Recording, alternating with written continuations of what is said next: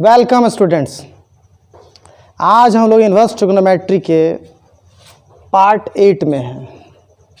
यहाँ हम लोग बस cos inverse x plus cos inverse y इस थ्योरम को इस थ्योरम को समझेंगे, फिर उदाहरण देखेंगे, फिर प्रूव करेंगे और फिर इसी का negative cos inverse x minus cos inverse y. बस इतना ही चीज़ देखने वाले हैं। सो चलिए आगे बढ़ते हैं। मैं हूँ रजनीश दुबे, मैथ टीचर। देखिए यहाँ हम लोग ये सीखने वाले हैं कि कैसे दो कॉस इन्वर्स एक्स को मिलाकर एक कॉस इन्वर्स एक्स बनाया जाता है। और ऐसे तो थ्योरम मैंने काफ़ी लंबा लिखा है, लेकिन आपको फ़िलहाल सिर्फ इस पोर्शन पर ध्यान देना है। एक बार जब इस पोर्शन पर कमांड हो जाएगा तो बाकी ऑटोमेटिकली याद हो जाएगा। अच्छा, हुआ क्या है, इधर दो कॉस इन्वर्स एक्स है और दोनों कॉस इन्वर्स को जोड़ने के बाद इधर एक कॉस इन्वर्स हो गया है। और एक कॉस इन्वर्स में देखिए क्या हुआ है, पहले कॉस इन्वर्स की संख्या x, दूसरे कॉस इन्वर्स की संख्या y। तो दोनों संख्याओं को पहले यहाँ गुणा में लिखे हैं और तब माइनस में √1 माइनस पहली संख्या का स्क्वायर और √1 माइनस दूसरी संख्या का स्क्वायर। पहले इसी को कमांड करते हैं, याद करते हैं। आइए इसको एग्जाम्पल से समझते हैं। हालांकि हमेशा नहीं होगा, ये कब होगा यहाँ सिचुएशन बताया गया है। सिचुएशन भी कोई टफ नहीं है, प्रूफ तो करेंगे, लेकिन सुन लीजिए, ऐसा केवल तब होगा जब x प्लस वाई दोनों जोड़ने पर मान या तो 0 या 0 से बड़ा रहे। Cos inverse x plus cos inverse y को जोड़ने पर यह फॉर्मूला होगा, मगर तब होगा जब x प्लस वाई दोनों का जोड़ करने पर 0 आए या प्लस में कुछ आए। और अगर माइनस में आएगा x प्लस वाई करने पर तो उस समय 2 पाई माइनस कॉस इन्वर्स का यही फॉर्मूला ठीक लगाते हैं हम। आइए इस फॉर्मूला को याद करने के लिए पहले एक दो उदाहरण हम लोग देखते हैं। जैसे पहला उदाहरण मैंने कहीं लिखा है कॉस इन्वर्स 3/5। चलिए क्वेश्चन देख लेते हैं, आप लोग के लिए लिखकर मैंने रखा है cos inverse 4/5 plus cos inverse 12/13। जैसा कि मैंने बताया कि दो कॉस इन्वर्स को जब हम लोग जोड़ते हैं तो दोनों मिल करके एक कॉस इन्वर्स हो जाता है। और फॉर्मूला क्या है कि दो कॉस इन्वर्स बराबर एक कॉस इन्वर्स, और दोनों संख्याएं पहले गुणा में 4/5 गुना 12/13। ध्यान दीजिए, बड़ा आसान तो है। पहले कॉस इन्वर्स की संख्या और दूसरे कॉस इन्वर्स की संख्या, दोनों संख्या को पहले गुणा में लिखे और तब माइनस। ये भी ख्याल रहे कि यहाँ प्लस है मगर यहाँ आ रहा है माइनस। √1 घटाओ इसमें से पहली संख्या का स्क्वायर, 1 घटाओ 4/5 का स्क्वायर इंटू √1 घटाओ दूसरी वाली जो कॉस इन्वर्स है उसकी संख्या 12/13 का स्क्वायर। ये फॉर्मूला अप्लाई हो गया। अब इसके बाद ज़्यादा से ज़्यादा हम लोग सिंप्लीफाई करके कुछ बदलेंगे। जैसे कॉस इन्वर्स 48/65 प्लस, इसको कैलकुलेट करेंगे तो ये आया 3/5 और ये आया आपका 5/13। थोड़ा सा मैंने डायरेक्ट कर दिया। अब यहाँ पर कॉस इन्वर्स ये आपका आ गया 48/65 और ये आ गया आपका 15/65। तो बराबर कॉस इन्वर्स, अब 48 और 15 आपका ऐड हो जाएगा, कितना हो जाएगा 8 5 13 का 3, 4 1 5 1 6 और बटा में 65, 63/65। ये कॉस इन्वर्स हो गया। हो सकता है कि ये फॉर्मूला अप्लाई करने में अभी आपको दिक्कत हुआ हो, फॉर्मूला नहीं याद हुआ हो, तो इसी फॉर्मूला को समझने के लिए फिर मैं एक उदाहरण ले रहा हूँ, जरा समझिएगा। सपोज दैट, यहाँ ध्यान दीजिएगा, सपोज दैट दो ठो कॉस इन्वर्स है। पहले कॉस इन्वर्स की संख्या का नाम मैं 1 दे रहा हूँ और दूसरे कॉस इन्वर्स की संख्या का नाम मैं 2 दे रहा हूँ। ध्यान दीजिएगा, तो मैंने क्या बताया कि दो कॉस इन्वर्स एक्स मिलकर के सिंगल कॉस इन्वर्स बन जाता है। दो कॉस इन्वर्स एक्स मिलकर के सिंगल कॉस इन्वर्स बन जाता है और दोनों की संख्या पहले गुणा में लिखते हैं। ध्यान दे रहे हैं, दोनों कॉस इन्वर्स की संख्या पहले ज्यों का त्यों गुणा में और तब माइनस। नियम यही है कि यहाँ प्लस रहेगा तो यहाँ माइनस। आगे मैं बताऊंगा कि जब यहाँ माइनस रहेगा तो यहाँ प्लस, लेकिन अभी तो इसी की बात कर रहे हैं।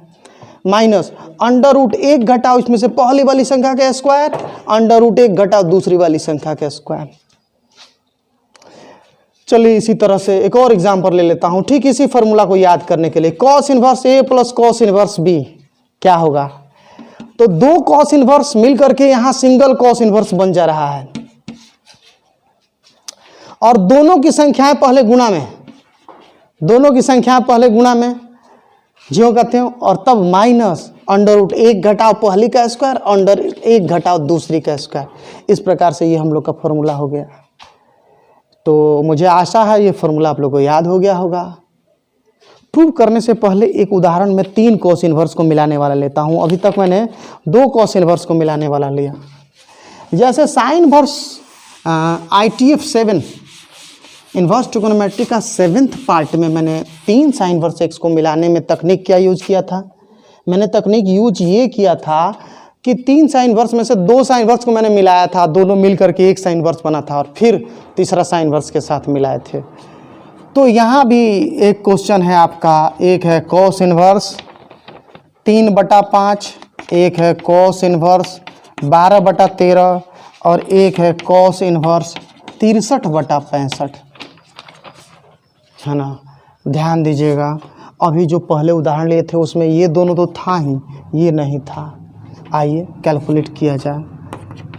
तो कॉस इनवर्स, हाँ यही है ना, कॉस इनवर्स 12/13। तो पहले ये दोनों कॉस इनवर्स में मिला रहा हूँ, तो 2 कॉस इनवर्स को सिंगल कॉस इनवर्स बनाने का फॉर्मूला, दोनों की संख्याएं पहले ज्यों का त्यों गुणा में, 3/5 गुना 12/13, दोनों की संख्याएं पहले ज्यों का त्यों गुणा में, फिर माइनस में अंडर रूट 1 घटाओ पहली संख्या का स्क्वायर, अंडर रूट 1 घटाओ दूसरी संख्या का स्क्वायर, इस प्रकार से। और तीसरा वाला तो ज्यों का त्यों बस लिखना है।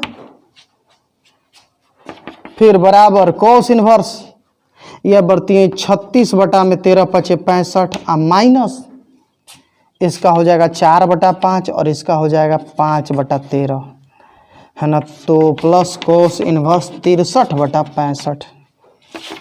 फिर कॉस इनवर्स, ध्यान दीजिए 36 में से 4 × 5 = 20 घटा 16, 16/65 और प्लस कॉस इनवर्स 63/65। अब फिर से हो गया 2 कॉस इनवर्स एक्स। अब 2 कॉस इनवर्स एक्स को सिंगल कॉस इनवर्स में लगाने का फिर से फॉर्मूला अप्लाई, मतलब एक ही फॉर्मूला हमको 2 बार अप्लाई करना पड़ रहा है। पहला फॉर्मूला क्या है? दोनों संख्याएं 16/65 गुना 63/65 ज्यों का त्यों, तब माइनस, ध्यान रहे जब यहाँ हमको प्लस है तो फॉर्मूला में बीच में माइनस है। अंडर रूट 1 घटाओ 16/65 का स्क्वायर और घटाओ अंडर रूट 1 घटाओ 63/65 का स्क्वायर।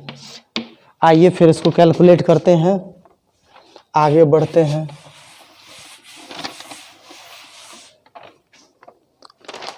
फिर तो बराबर कॉस इनवर्स वाला आपका हो गया 65 गुना 63, 65 गुना 63 बटा में 65 गुना 65, तो 65 का स्क्वायर नहीं, 16 गुना 63 है, 16 गुना 63 अब बटा में 65 का स्क्वायर। इसको भी कैलकुलेट करते हैं तो एक आएगा आपका 63/65, तो एक ठो आएगा आपका 16/65। यही तो एक ही चीज़ है, जो चीज़ प्लस में वही चीज़ माइनस में। तो फिर तो कॉस इनवर्स 0, और कॉस इनवर्स 0 मतलब वह कोण जिसके लिए कॉस का मान 0 है। तो कॉस का मान 0 होता है π/2 पर, तो ये हो गया हम लोग का π/2। ये हुआ हम लोगों का 3 कॉस इनवर्स को मिलाना। अच्छा, ये भी तो हो सकता है कि आपका दिया रहे cos inverse 3/5 plus sine inverse 5/13। अब 2 ठो कॉस इनवर्स है, सॉरी 1 ठो कॉस इनवर्स है, 1 ठो साइन इनवर्स है। तो यहाँ जो दूसरा वाला साइन इनवर्स है उसको भी कॉस इनवर्स में बदल दीजिए। कॉस इनवर्स 3/5, ऐसे तो आप ये भी कर सकते हैं कि साइन इनवर्स को स्थिर रखें, इस कॉस इनवर्स को साइन इनवर्स में बदल दें, तो दोनों साइन इनवर्स हो जाएगा, फिर दोनों को मिला देंगे। लेकिन हम लोग यहाँ 2 कॉस इनवर्स को ना मिलाना पड़ रहे हैं। सो उस आधार पे मैंने उसी आधार को लेकर चलने के लिए मैं साइन इनवर्स को कॉस इनवर्स में कन्वर्ट कर रहा हूँ। कॉस इनवर्स क्या होगा भाई? तो 5/13 लंब बटा कर्ण, आधार लेंगे 12, आधार बटा कर्ण यानी कि base by hypotenuse, perpendicular base और हाइपोटेनस, है ना। तो कॉस इनवर्स के साथ आधार बटा कर्ण यानी बेस बाई हाइपोटेनस 12/13। अब दो कॉस इनवर्स को सिंगल कॉस इनवर्स बना रहे हैं, तो कॉस इनवर्स 3/5 गुना 12/13। ये तो हमको कई बार मिला, वहाँ भी तो यही मिला। आप इसे खुद से कर सकते हैं, 1 घटाव 12/13 का स्क्वायर। यही कैलकुलेशन आज तीसरी बार हमको मिल रहा है। तो इस प्रकार से दो कॉस इनवर्स को सिंगल कॉस इनवर्स में बदला जाता है। अब आइए फॉर्मूला का सिचुएशन देखते हैं और इसे प्रूव करते हैं। ये है हमारा प्रॉपर्टी नंबर 13। ये प्रॉपर्टी नंबर 13 था।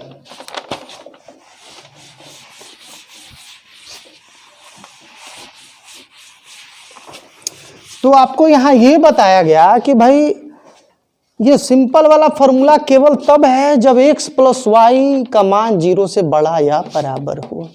आइए मैं इसे प्रूव कर रहा हूँ। प्रूफ इसका वो केस लेने से पहले यहीं देखा जाए। कोस इनवर्स x बराबर a और कोस इनवर्स y बराबर b मान लिया, माना। तो आप जानते हैं कि कॉस इनवर्स का कोण वाला दायरा होता है 0 से पाई, है ना। प्लस वाली संख्या प्लस में कोण 0 से पाई/2 तक देता है, और माइनस वाली संख्या प्लस में कोण तो हमेशा प्लस में रहेगा।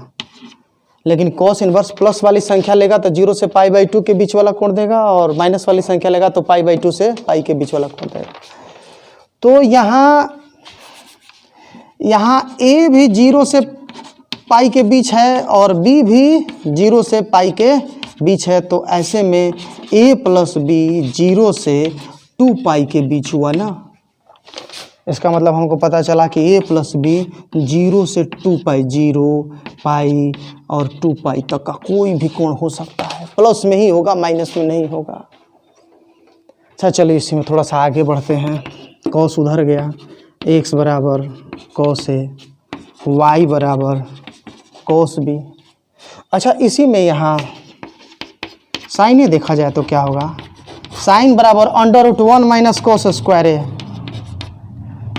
तो ये हो जाएगा √1 माइनस एक्स स्क्वायर।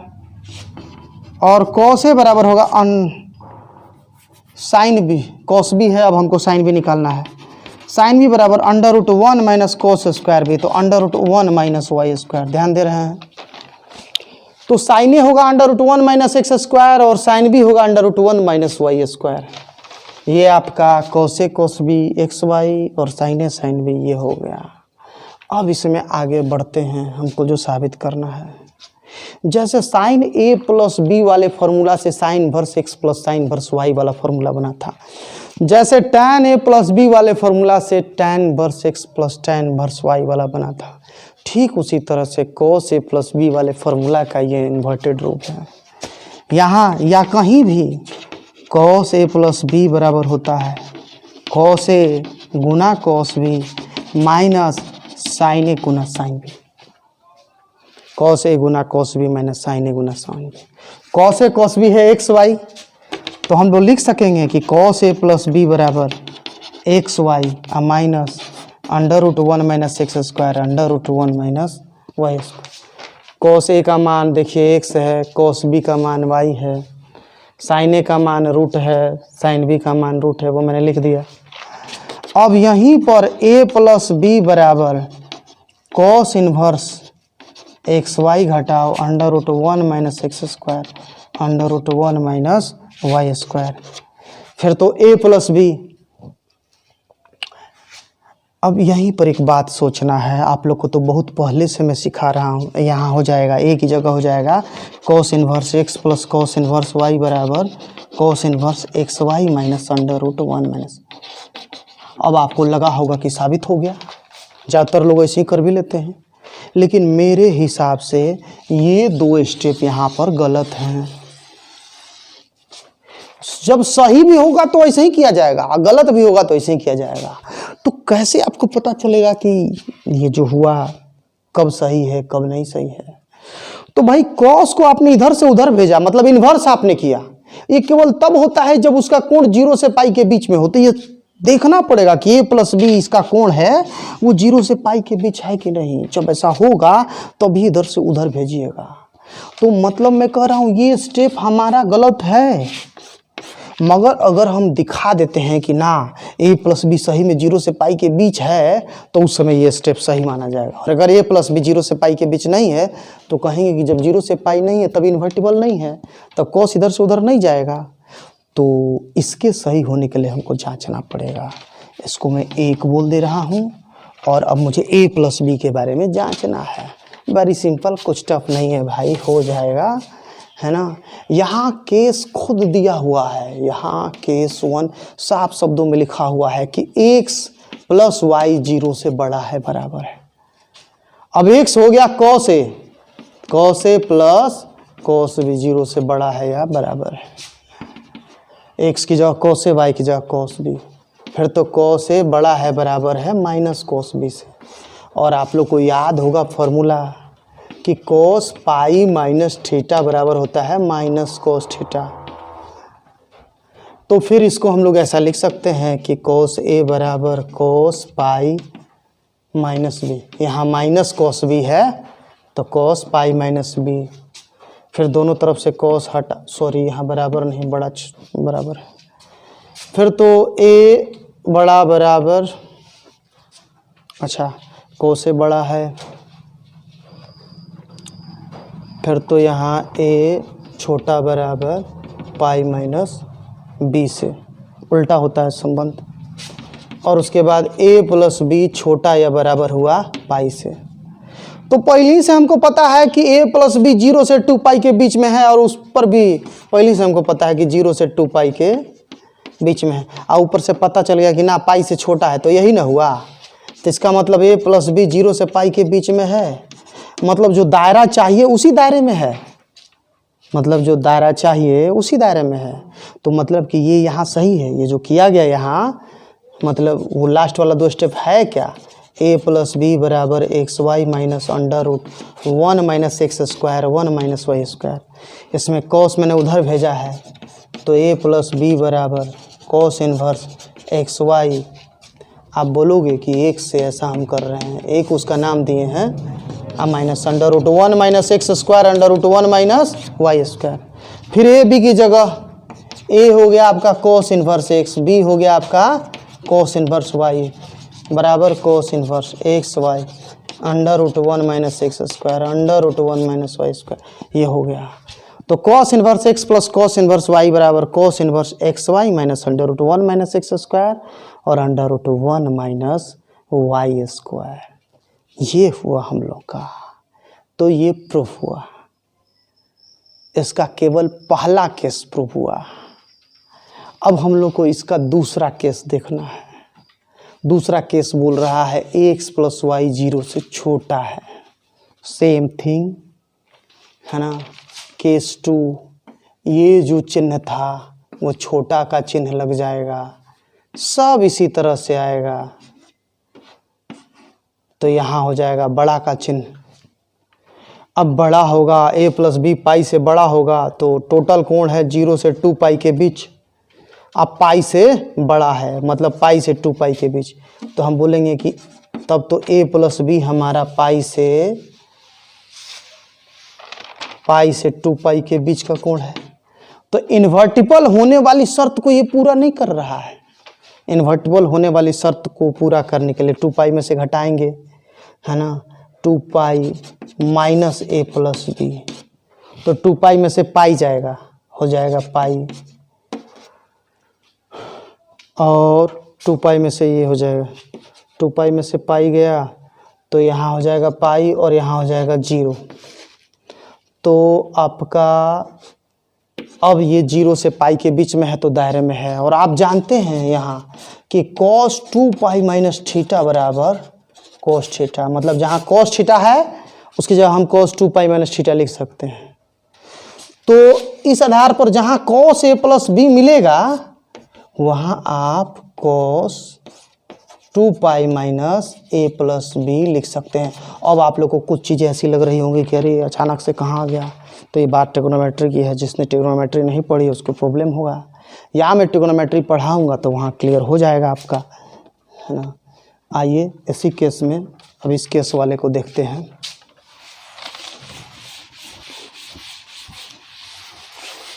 तो फिर उसी समीकरण एक से आपका cos a प्लस बी बराबर है x Y minus under root 1 minus x square और minus under root 1 minus Y square. और फिर तो यहाँ अब cos उधर नहीं जाएगा क्योंकि कोण a प्लस बी जो है 0 से, क्योंकि कोण a प्लस बी जो है पाई से 2 पाई के बीच है। हाँ 2 पाई में से इसको घटाने पर ये दायरे में आ जा रहा है। ये हम लोग को देखा है कि 2 pi minus a plus B जो है वो जो है अपना 0 से पाई के दायरे में है। तो cos थीटा की जगह cos 2 पाई माइनस थीटा लिख सकते हैं क्योंकि बराबर होता है। तो cos 2 pi minus a plus B theta की तरह चल रहा है बराबर cos और बराबर है x Y minus under root 1 minus x square under root 1 minus Y square. तो अब ये फॉर्मूला पर है। अब यहाँ जो कोण है वो इन्वर्टिबल होने के लिए जो जरूरी दायरा है उसको फॉलो कर रहा है। फिर तो 2 pi minus a plus B बराबर cos inverse x Y minus under root 1 minus x square under root 1 minus Y square. फिर वो इधर लाएंगे a प्लस बी उधर जाएगा 2 pi minus cos inverse x Y minus under root 1 minus x square under root 1 minus Y square बराबर a plus B. और a plus B क्या है? a है आपका कोस इनवर्स x और b है कोस इनवर्स y। इस प्रकार से ये फॉर्मूला हम लोग का प्रूफ हुआ। तो ये फॉर्मूला कोस inverse x plus cos inverse y का हुआ। अब आइए मैं आप लोगों को प्रॉपर्टी नंबर 14 की बात बता रहा हूँ। यही चीज़ जब माइनस में होगी, है ना, देखते हैं। प्लस वाला तो हम लोगों ने देख लिया, माइनस वाला वेरी सिंपल, कुछ खास नहीं। अरे प्लस वाला के लिए यहाँ प्लस है और वहाँ माइनस है, तो माइनस वाला में यहाँ माइनस होगा और यहाँ प्लस होगा, है ना, अंतर हो जाएगा कुछ। फॉर्मूला देखिए ज़रा, यहाँ cos inverse X minus cos inverse Y, ध्यान दीजिएगा। Cos inverse X minus cos inverse Y बराबर cos inverse x Y plus, यहाँ माइनस है तो यहाँ प्लस। लेकिन ये केवल तब तक सही है जबकि एक्स छोटा है वाई से। जैसे ही एक्स बड़ा होगा वाई से तो इस फॉर्मूला बदला होगा minus cos inverse x Y plus under root 1 minus x square under root 1 minus Y square. अब ये आपको प्रूफ करना होगा जो पहला मैंने बताया उसी तरीके से। मैं आपको बस समझने के लिए 1-2 एग्जाम्पल ले रहा हूँ। जैसे देखिए, कोस इनवर्स 4/5 घटाव कोस इनवर्स 3/5 घटाव कोस इनवर्स 4/5 पर हम लोग चल रहे हैं। तो मैंने बताया आपको कि पहला फॉर्मूला तब लगता है जब पहला फॉर्मूला तब होता है जब पहला छोटा और दूसरा बड़ा। ध्यान दीजिए, मैंने कहा cos inverse X minus cos inverse Y बराबर cos inverse x Y plus under root 1 minus x square 1 minus Y square. ये ज्यों का त्यों अप्लाई तब होगा जब पहला छोटा और दूसरा बड़ा हो। पहली वाली संख्या छोटी और दूसरी वाली संख्या बड़ी, क्योंकि संख्या छोटा होने से कोण बड़ा हो जाता है। फिर तो कॉस इनवर्स दोनों का गुणा अब प्लस, माइनस है तो यहाँ प्लस अंडर रूट 1 घटाव 3/5 का स्क्वायर अंडर रूट 1 घटाव 4/5 का स्क्वायर। मुझे आशा है आप लोगों से ये हो जाएगा। 12/25 और ये भी वही आएगा आपका 4/5 गुना 3/5। तो कॉस इनवर्स 12 24/25 ये हुआ हम लोग का आंसर। तो इस प्रकार ये प्रॉपर्टी नंबर 14 था। यहाँ हम लोग पहले जो देखे प्रॉपर्टी नंबर 13 और ये प्रॉपर्टी नंबर 14। फार्मूला भी मैंने बताया, है ना।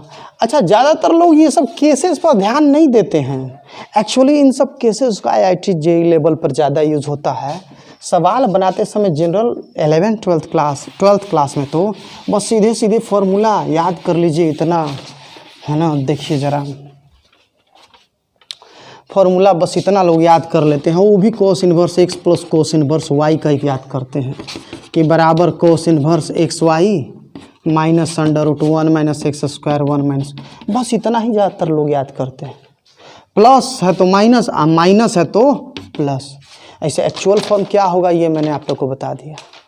सो थैंक यू ऑल, खुद भी इसका लाभ उठाइए और बाकी जो दूसरे आपसे कनेक्टेड लोग हैं उनको भी लाभ उठाइए। और हाँ, एक और बात, ज़्यादा से ज़्यादा अब 11th वाले लोगों को भी जोड़िए, 11th वाले विद्यार्थियों को, क्योंकि मैं 11th का भी वीडियो डालने वाला हूँ। तो 10th पास आउट जो बच्चे जुड़ेंगे उनको भी ये लाभ मिलेगा।